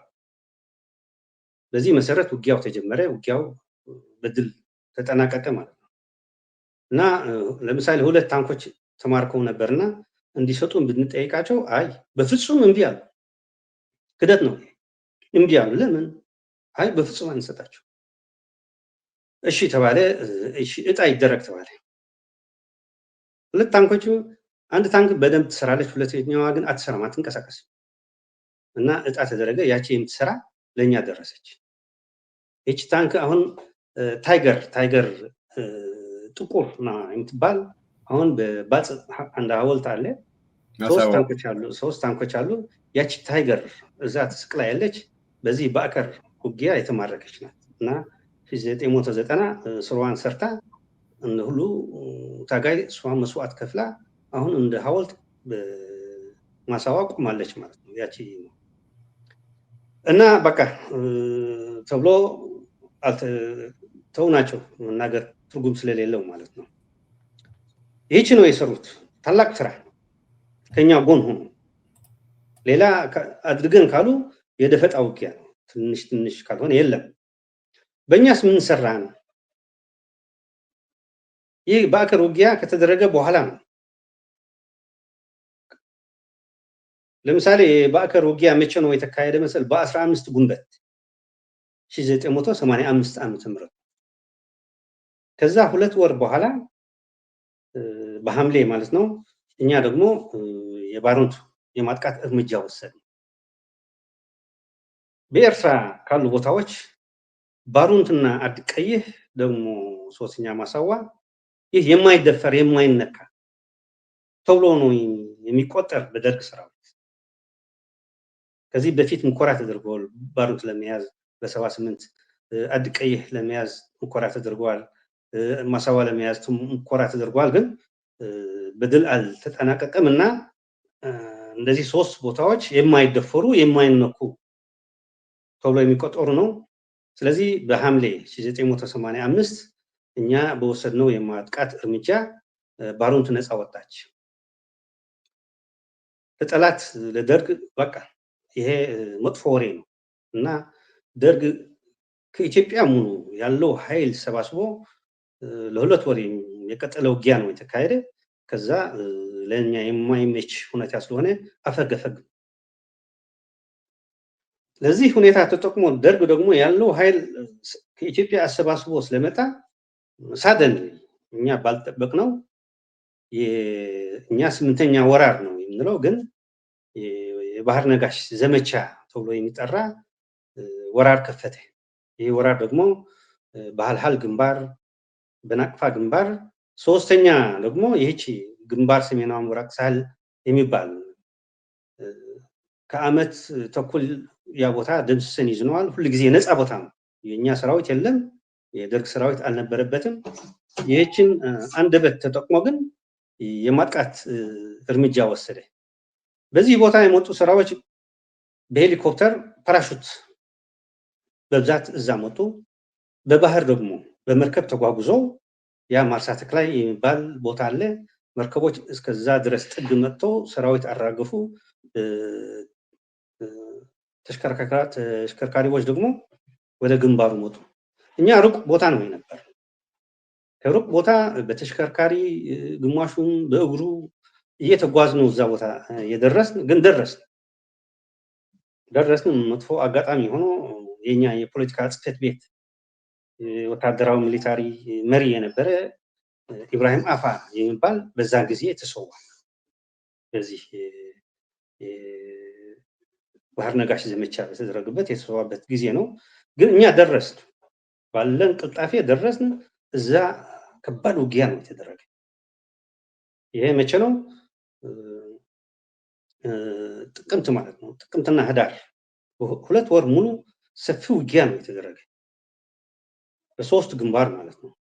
ኋላ ወራሩ ከሸፈ እና ያ ግንባር ሰሜናዊ ምብራቅ ሳህል የሚባል ትቶት ሄደ እና ይሄም አደረግን። ይሄ በመጨረሻው 1985 ነው። ይሄ ሁሉ ስራ ስንሰራ 84 85 ወያኔ ምን ሰራ ካልከኝ ያቺ አንድ የባዕከር ካልሆነች የሰራው ምንም ነገር የለም። ሰርተዋል። የሰራው ግን የደፈጣ ውጊያ ነው። ትናንሽ ውጊያዎች ነው፣ ሌላ የለም። 86 ዓመት ከመጣን ወያኔ የሰራው ከባድ ስራ የለም ከደፈጣ ውጊያ በስተቀር። እኛ ግን ብዙ ስራዎች ሰርተናል። 87 ከመጣ ደግሞ እንደዛ። በተለይ በ1987 ከ270 የማይበልጥ ውጊያ አካሂደናል በኤርትራ። ወያኔስ ምን አድርገ ካልከኝ ያደረገው ምንም ነገር የለም። ሌላ እኛ ያደረግነው ደግሞ ሁለተኛውና የአንድነት ጉባኤ የሚባል አደረግን። አዳዲስ ምርጫዎች ተደረጉ። በተለይ በሚሊታሪ አቋማችን በአመራር መንገድ ቺፍ ኦፍ ስታፍ የሚባል ተቋቋመ። እኛ አቅም አለን። የኛ አቅም ለመጠቀም ደግሞ የአመራር ሁኔታ ደግሞ መሻሻል ስለነበረበት ቺፍ ኦፍ ስታፍ የሚባል በዛ ጊዜ የአሁኑ ጀነራል ስብሐት ኤፍሬም ሆነ የሱም ተጋጋዚ ደግሞ ቆሙ ማለት ነው እና በሚሊታሪ አቋማችን ለውጥ ያመጣንበት ጊዜ ነው ነበረ። ምክንያቱም ባለን አቅም ብዙ ስራ መስራት ስለምንችል የሰራነው ስራ ነው እና 1987 ከባድ ስራ የሰራንበት ጊዜ ነው። ደግሞ በስተመጨረሻ 1987 በግራ ክንፍ የግንባር ናቅፋ አንድ ጥሩ ስራ ሰራን። ያ ሚሊታሪ ስራ ነው። እሱ የሰራነው ለቀጣይ ለምናደርገው የናደው እዝ ጥቃት ተመች ሁኔታ ለመፍጠር ነው። ያ ለምሳሌ አንድ ሪጎሌ እንዲሞታ ተጫዋች ኳስ ሰጠው ኳሷ አቀማመጧ ነው ተመቺ እንድትሆን የሚያደርጋት ኋላ ነው የሚመታት። እኛ ደግሞ ናደው ለማጥቃት ለኛ ተመቺ ሁኔታ ለመፍጠር ያደረግነው ጥቃት ነው። ተሳካልን። ያገባድደን ነው አሁን 1988 የደረስን ማለት ነው። እስከዚህ ድረስ ወያኔ የሃኒሙን ጊዜ ነው ያሳለፈ እና ይሄ ለምሳሌ ከ1984 በፊት ሰርግ በትግራይ በታጋዮች ፍቃድ አልነበረም፣ በእኛ ፍቃድ ነበረ። 84 እንደደረሰ ግን የሰርግ ፍቃድ መጣ እና አንዱ ሲያገባ ሌላ ሲፈታ ሌላ ሲቀየር የማሌሊት ሃኒሙን በዛ ነው ያሳለፉት መሪዎች። ቁጭ ብሎ ተኝቶ ነው የነበሩ ምንም ሳይሰሩ። አንዳንድ ይህች ያልኩት የደፈጣ ውጊያ ካልሆነ የሆነ ስራ አልሰሩም። ይሄ ሁሉ ስራ እኛ ስንሰራ ሁሉ ጊዜ ግን ምን ነው የሚሉት ለኛ ህዝባዊ ግንባር ሁሉ ጊዜ በጉድጓድ የሚኖር የኤርትራ ነፃነት ለማምጣት ብቃት የሌለው ተብለን ነው የሚገለጽ የነበር። እስከ 1988 ድረስ ያቺ የናደው ውጊያ መጣች። ናደው ስንል ምን ማለት ነው? ናደው ማለት የህወሓት ሁለተኛ አብዮታዊ ሰራዊት የጀርባ አጥንት ማለት ነው። ህወሓት ማለት ደግሞ የደርግ ስርዓት የጀርባ አጥንት ማለት ነው። ናደው ተደመሰሰ ማለት ህወሓት በአደጋ ወደቀ ማለት ነው። ህወሓት በአደጋ ከወደቀ ደግሞ የደርግ ስርዓት በአጠቃላይ በችግር ገባ ማለት ነው። እና ይህ ናደው ለማጥቃት ቀላል አይደለም። ብዙ ጥናት ነው የተደረገ። ህዝባዊ ግንባር ሁሉ ጊዜ የማጥቃት እርምጃ ከመውሰዱ በፊት መረጃና ማስረጃ የሚባሉ ነገራት ሞቶ በሞቶ ሳይሆን 200 በሞቶ ማጥናት አለበት። ምክንያቱም እኛ ሁሉ ጊዜ የሆነ የጥቃት እርምጃ ስንወስድ በትንሽ ዋጋ ከባድ ስራ መስራት፣ ትልቅ ድል መጎናጸፍ አለብን። ባደረግነው ሁሉ እንደዛ ነው። ደግሞ ናደው ሲደመሰስ ያደረግነው ጥናት ደግሞ የተራቀቀ ጥናት ሁሉ ሜቢ ስነ አእምሯዊ አስተሳሰቡ ሳይኮሎጂካል አስተሳሰብ የሰራዊቱ ምን አይነት ነው ተብሎ ሁሉ ጥናት ተደርጓል እና በስተመጨረሻው በተካሄደ እቅድ እርምጃው ተወሰደ። በዛ የነበረ የናደው ሰራዊት ተደመሰሰ። ምን ማድረክን ስትል ያልነበረን የከባድ መሳሪያ የ130 ሚሜ ለምሳሌ ቢኤም 21 የሚባል ከዛ በፊት አልነበረን። እሱ ማድረክ ባይኖርም የሁለቱ ለሱ አስተኳሽ ለሱ ኦፕሬት የሚያርጉ ሰዎች ግን አስቀድሞ ከሶማሌ በነበረብን የመተጋገዝ መንፈስ እዛ ስልጥኖ ተምሮ እዛ ሳህል ነበሩ እና መሳሪያው ሲማረክ በቀጥታ ነው የተጠቀምንበት። 130 ይሁን ቢኤሙ ይሁን በቀጥታ ነው የተጠቀምንበትና ጠላት ተገረመ። እንዴት አድርገው ነው አሁን የማረኩት? እንዴት አድርገው ነው እየተጠቀሙበት ብሎ ደነገጠ። ግን ህዝባዊ ግንባር የሆነ ነገር ወደፊት እንደማርክ ያውቃል።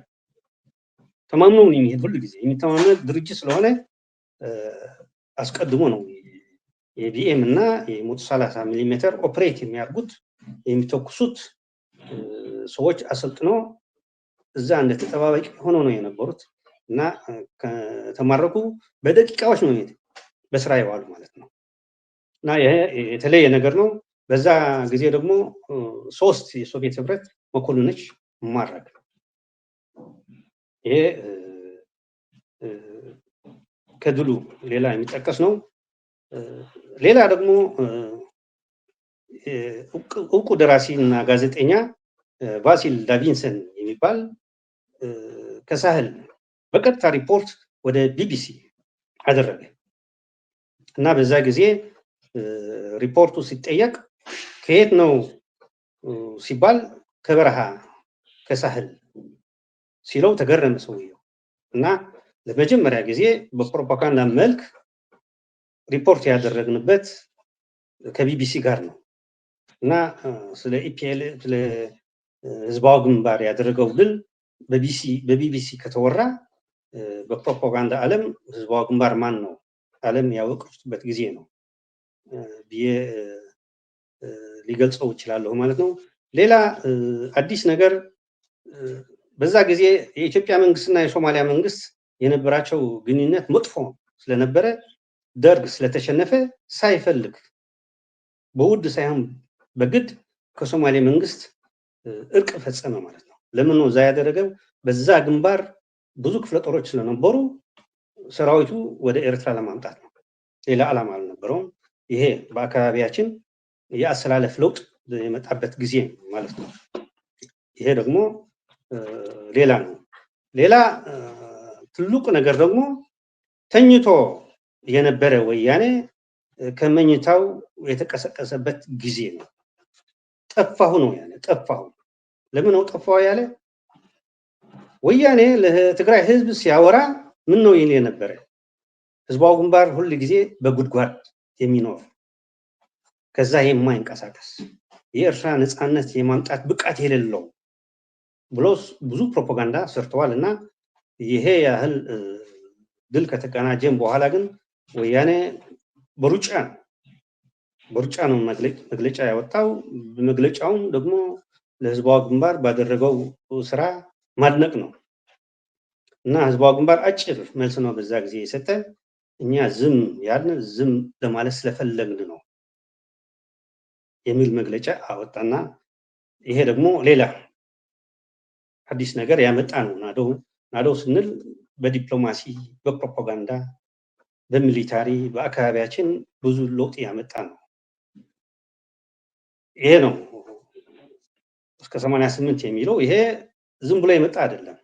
አስቀድመን ብዙ ስራ ስለሰራን የዛ ውጤት ነው የናዶ መደምሰስ ማለት ነው። ያልኩ ወያኔ በተዛማች ስታየው ደግሞ የሃኒሙን ጊዜ ያሰለፈበት ጊዜ ነው። አሁን ያሉ ጀነራሎች ባህላዊ ጀነራል ይሉታል። እኔ ግን የሃኒሙን ጀነራሎች ነው የሚላቸው። አዎ እሱ ነው የሚገልጻቸው በትክክል የሃኒሙን ጊዜ ነው ያሳለፉት። ይሄ ሆነና ከዛ በኋላ የነበረ ግንኙነታችን ተሻሻለ። እኛ አብረን መስራት ከናንተ እንፈልጋለን አሉ። ህዝባዊ ግንባርም እሺ አለ። ራሳቸው የፈጸሙት እንጂ እኛ ከነሱ አልተገለልንም። ከዛ በሱዳን በካርቱም ግንኙነት ተካሄደ። በቃ ወያኔ በቃ እሰራለሁ ብሎ እንቅስቃሴ ጀመረ ማለት ነው እና ሽሬ እንዳስላሴ ለማጥቃት እርምጃ ወሰደ ማለት ነው። ሽሬ እንዳስላሴ ብቻው ለማጥቃት ወሰነ ማለት ነው። መጀመሪያ እስኪ ወደዛ ከመምጣቴ በፊት ወደ ሽሬ እንዳስላሴ ቀደም እንደገለጽክልን ወያኔ እስከ 1988 ዓ.ም ድረስ በተለይ የናደው እዝ እስኪደመሰስ ድረስ ምንም አበርክቶ ያልነበረው ቁጭ ብሎ የነበረ በሃኒሙን የነበረ ውድብ እንደነበረ ገልጸሃል። ናደው ከደመሰሰ በኋላ ግን ካለበት ነገር ለመውጣት ስለፈለገ ከሻዕቢያ ጋር በወቅቱ የተቻላቸውን ዝምድና ለመፍጠር ብለው ነው ወደ ሻዕቢያ የመጡትና በኤርትራ መንግስት በኩል ምን አይነት ተቀባይነት ነበራቸው? ምናልባት የሆነ ቅሬታ አልተሰማቸውም ወይ? ብቻቸው ሻዕቢያ ታግለው ናደውን ከደመሰሱ በኋላ ነፃ በሆነ ሀራ ወይ ደግሞ በጣም ትልቅ ድል ከተጎናጸፉ በኋላ የወያኔ መምጣት ህዝባዊ ግንባር ምን አይነት ስሜት ሰማው ነበር በወቅቱ? አሁን እኔ ሲገመግመው ህዝባዊ ግንባር የሆነ ቅሬታ አልነበረበት። እንዲያውም ደስተኛ ነው መምጣታቸው። ምክንያቱም እኛ መስራት ነው የምንፈልግ መስራት አልኩ እኮ ወያኔ በሃኒሙን ነው የነበረ። አስቀድሞ ቢሰራ ነበር እኮ በአካባቢያችን ብዙ ነገር ሊለውጡ ይችሉ ነበር። በአቅም ስታየው በሰው ቁጥር ብዙ ነው ወያኔ። ምን ሰራ ስትለኝ ግን ምንም እና አሁን ለመስራት ሲነሳሳ ህዝባዊ ግንባር አይዞህ ነው ያለው። አይዞህ ስራ ነው ያለውና ሽሬ እንዳስላሴ እንዲያጠቁ እሱ ነው እና አሁን ችግር መጣ። ችግሩ ምንድነው? ማጥቃት ፈለጉ፣ ግን በእጃቸው ይሄን ቦምባና ጥይት የለም። ከየት ይምጣ? ምክንያቱም ያሳለፉት ጊዜ የሃኒሙን ጊዜ ነው። ከየት ይምጣ? የደፈጣ ውጊያ የሚያካሄድ ደግሞ ሁሉ ጊዜ ጥይት ያባክናል እንጂ አያመጣም። እና የነበራቸው ቢጃቸው የነበረ ተጨረሰ። ሽረ እንዳስላሴ ደግሞ ቀላል አይደለም። በስትራቴጂ አይን ስታየው እንደ ሚሊታሪ ሜዳማ ነው፣ ኮረብታም አለው። ዝም ብለህ አጋር ብቻውን የሚያጠቃ አይደለም። ግን ያቺ የበታችነት ስሜት ስላላት አይ እንደዚህ እንዳይሉን ብሎ መሞከር ነው የፈለጉ። እነሱ ሞከሩ፣ ተደጋጋሚ ሙከራ አደረጉ። ከሙከራቸው በፊት ግን ጥይትና ቦምባ ስለሌለን ስጡን አሉ ለህዝቡ አቁማ። እየው 1989 ማለት እኮ የ15ኛው ልደት የወያነ ማለት እኮ ነው። የ15 ዓመት ልደት። በ15 ዓመታቸው ግን ተቀማጭ የሆነ ቦምባና ጥይት የለባቸው። አሁን ምን እንደሰሩ ያለፈ ስራ መገምገም ያስችላል። እኛ ሰርተን ብዙ ነገር አለን። ቦምባ አለን፣ ጥይት አለን፣ እውቀት አለን፣ ብቃት አለን። ለምን ስለሰራን ተሞክሮ አለን። እነሱ ግን የላቸውም፣ ምንም ነገር የላቸውም። እና በ15 ዓመት ልደቱ ቦምባና ጥይት የለኝ ስጠኝ ካለህ ወያኔ ምን ይሰራ እንደነበረ ይገባሃል ማለት ነው። እና ህዝባዊ ግንባር አላቅማማ ለስራ ስለሆነ ሰጣቸው የፈለጉት። ምክንያቱ አልኮ እኮ ከዛ በፊት ውቃ ወደ መሰስን እና ወደ መሰስን እንደ ከበቂ በላይ ትጥቅ አለን እኛ። እና ይስሩ ብቻ እንጂ እኛ ምንም ነገር ለነሱ የሚበቃ መስጠት ወደ ኋላ አንልም። ህዝባዊ ግንባር ያደረገው እሱ ነው። የፈለጉት አይነት ጥይት ብዙ ነው። የቦምባ አይነትም ብዙ ነው። ህዝባዊ ግንባር ሰጣቸው። ብቻቸው ሙከራ አደረጉ፣ አልቻሉም። እዛ ብዙ የወያኔ ታጋዮች ነው እዛ የተሰዉ። የላንድ ፍሬ አልቻሉም። እና በኋላ እርዳታ ጠየቁ። እኛ ሞክረናል ብቻችን እና ብቻችን አንችልም፣ መካናይዝድ ያስፈልገናል አሉ። ህዝባዊ ግንባር ደግሞ እሺ ነው ያላቸው። ችግር የለም አላቸው። ምክንያቱም ጠላታችን አንድ ነው፣ ደርግ ነው። በሆነ የኢትዮጵያ ቦታ ቢመታም ለኛ ችግር የለም፣ ምክንያቱም ለሱ ማዳከም ስለሆነ። እና ህዝባዊ ግንባር እሺ አላቸው። የከባድ መሳሪያዎች ሄዱ። መትረየስ ያሉ ዙ 23 የከባባድ መሳሪያዎች ቢኤም አለ፣ 130 ሚሊ ሜትር አለ፣ 122 ሚሊ ሜትር አለ፣ ታንኮች አሉ። ችግር የለም። እና አንድ ብርጌድ 3 ሻለቃ ያሉ እዛ ይሄደ። ሌላ ደግሞ የ52ኛው ክፍለ ጦር የኛ ማለት ነው 19ኛው ብርጌድ አሁን ብሪጋደር አፋን የሚባል የሚመራው እዛ ሄዷል። ስለዚህ ብርጌድ ምንም አይናገሩ። ስለ ከባባድ መሳሪያዎች ሲናገሩ ደግሞ አዎ ነበሩ፣ ሞከሩ፣ ተኮሱ፣ ግን የት እንደደረሰ ቦምባው አላየነውም፣ እንደዛ ነው የሚሉት። ግን እውነቱ እንደዛ ነበር። መጀመሪያ ስትራቴጂው በጣም ከባድ ነው። ምክንያቱ ሜዳማ ከሆነ በፊት ደግሞ ኮረብታ አሉ። ሜዳ ተሻግረህ ወደ ኮረብታ እንዲደርስ ብቃት ያስፈልጋል። የኛ ስልት ምንድነው መሰለህ? ፈጣን ነው፣ እድል የማይሰጥ አካሄድ ነው የሚሄድኛ ሁሉ ጊዜ። ደግሞ ከከባድ መሳሪያ ከታንክ ተስማምተን መሄድ ደግሞ ለምደነዋል። ችግር የለም እኛ። እና ያቺ በስትራቴጂ አይን ስታየው ያ መጥፎ የሚባል ያቺ የኛ ብርጌድ ነው የወሰደችው። ምክንያት መስራት አለብን። መስዋዕት በኤርትራ ተሰውተህ በትግራይ ተሰውተህ ለኛ አንድ ነው። ጠላት ከተደመሰሰ በቃ። እና ያ ከባድ የተባለ በስትራቴጂ አይን ያቺ 19ኛው ብርጌድ የኛ የማጥቃት ኃላፊነት ተሰጣት።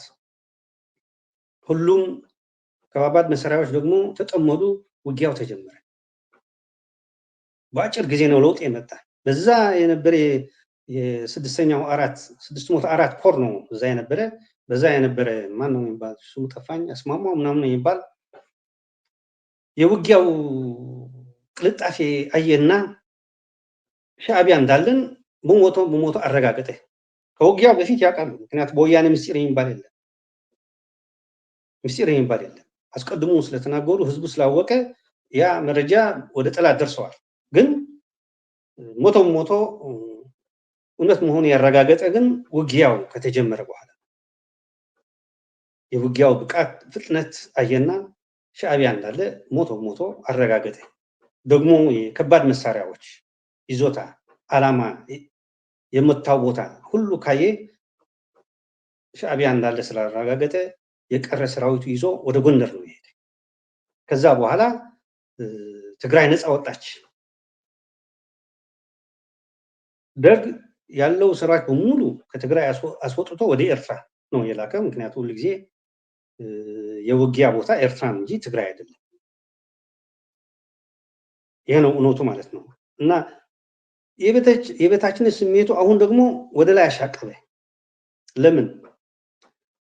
የሆነ ታጋይ መሪ የወያኔ አንዲት የትግራይ ከተማ በውጊያ ነፃ ወጣው ሊል አይችልም።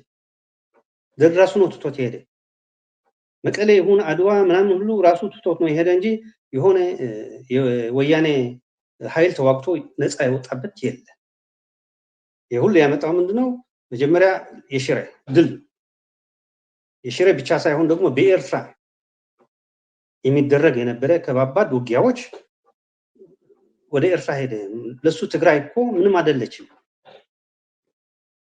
ምክንያቱም እኔ ወይ የሆነ ህዝባዊ ግንባር ደጀን አለን ስትል ደጀናችን የት ነው ሳል በደጀናችን ሁሉ ስራ እንስራለን። የተወጋ እዛ ነው የሚታከሙ። ሁሉ ነገር አለን፣ ሕክምና አለን፣ ፋብሪካዎች አለን፣ ስለ ትምህርት ቤት፣ ስለ ኢኮኖሚ ምናምን ሁሉ ነገር በደጀናችን አለ። ለደርግ ያንተ ደጀን የት ነው? የሻዕቢያ ደጀን ሳህል ነው። ያንተ ደጀን የት ነው ስትለው ትግራይ ነው ይላል። አዎ የደርግ አስተማማኝ ደጀን የት ነበር ካልከኝ ትግራይ። ምክንያቱም ማን ነው የሚለው የለም። ምክንያቱም ወያኔ በሃኒሙን ነው የነበረ። በሃኒሙን ስለነበረ የሆነ ክፍለ ጦር በኤርትራ ተዋግቶ ከተዳከመ ያ የተዳከመ ክፍለ ጦር በቀጥታ ወደ ትግራይ ነው የሚሄደው። ምን እንዲጋግም የተወጋ የቆሰለ ታክሞ እስኪጋግም ድረስ ትግራይ ነው ያ ክፍለ ጦር የሚቆይ። አዳዲሶች የሰለጠኑ ይመጣሉ። ከዛ ያ ክፍለ ጦር ተዳክሞ የነበረ ኋላ ጋግሞ ብቃቱ በጥሩ ሁኔታ ከሆነ ከትግራይ ተነስቶ ወደ ኤርትራ ይመጣል። እና ትግራይ ማለት ለደርግ አስተማማኝ ደጀን ነበረች። እንዳልኩ ነው ወያኔ ከደፈጣ የሚያልፍ ሌላ የሚያደርገው ነገር የለም።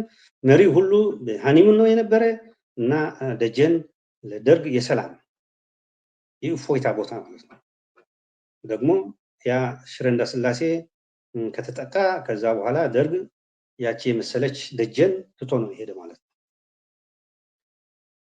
ያ ነው የነበረ እስከ ሽረ እንዳስላሴ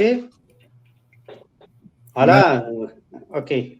ያ ከዛ በኋላ ከሽረ እንዳስላሴ የመደምሰስ በኋላ ቀጥታ ወደ አዲስ አበባ ነበር የነበረው ጉዞ እና የአዲስ አበባ ጉዞ ወደ አዲስ አበባ ለመቋጠር ወይ ደግሞ 4 ኪሎ ለመቋጠር የነበረው ጉዞ እንዴት ነው የሚገመገመው? ከእናንተ ጋር የትግራይ ሰራዊቶች ነበሩ እዛ ቦታ ላይስ? እሺ፣ ግን ያ ከማለት በፊት አንዳንድ ነገር ላስታውስ ፈልጋለሁ። ክብራትና ክብራን የዛሬ ፕሮግራማችንን በዚሁ እናጠናቃለን። ክፍል 2 ፕሮግራማችንን በሚቀጥለው ጊዜ ይዘንላችሁ እንቀርባለን። ጤና ይስጥልኝ።